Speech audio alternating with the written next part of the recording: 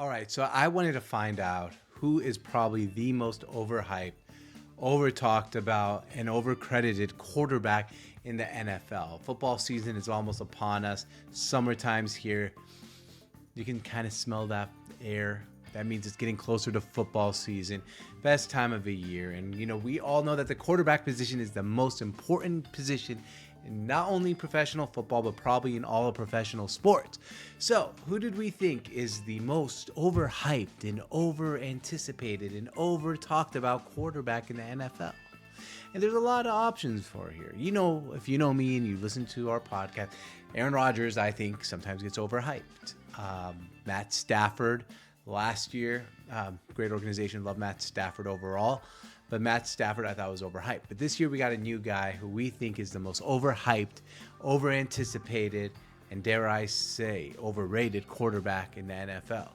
And that goes to Justin Herbert. Kind of like twists my mind in a weird way that people still want to say Justin Herbert is elite. Like, he's that guy. People fall in love with analytics, stats, and I know he's a great quarterback and throws a good arm, but he's just simply not elite. The stats back it up too. He's more hype than substance. Justin Herbert, love the guy. I actually do. I love Justin Herbert. I want to see him do well, but let's just show some facts. Last season, the Chargers did win 10 games and go to the playoffs. What did they do to win those 10 games? Let me tell you the quarterbacks that the Chargers beat.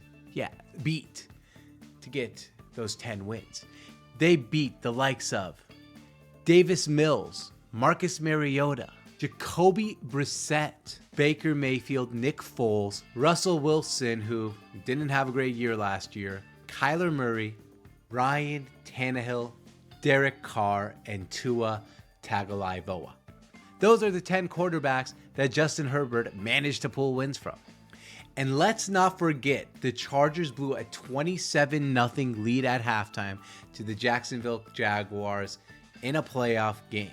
So, is he a top 5 quarterback? Let me throw some numbers here, and you tell me if you think he's a top 5 quarterback. Sure, the last 3 years, he threw 25 touchdowns, 10 picks, 38 touchdowns, 15 picks, touchdowns, 10 picks.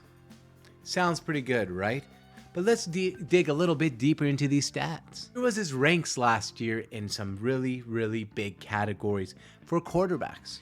He was 21st in TD percentage, 24th in yards per attempt, 17th in adjusted yards per attempt, 12th in QB rating, big stat, 31st in air yards per completion, 30th in air yards per attempt, 18th in on-target percentage. That's not good. And with likes of Austin Eckler, Mike Williams, the guy Jackson, this guy got so many weapons, and he's just a little overrated and overhyped.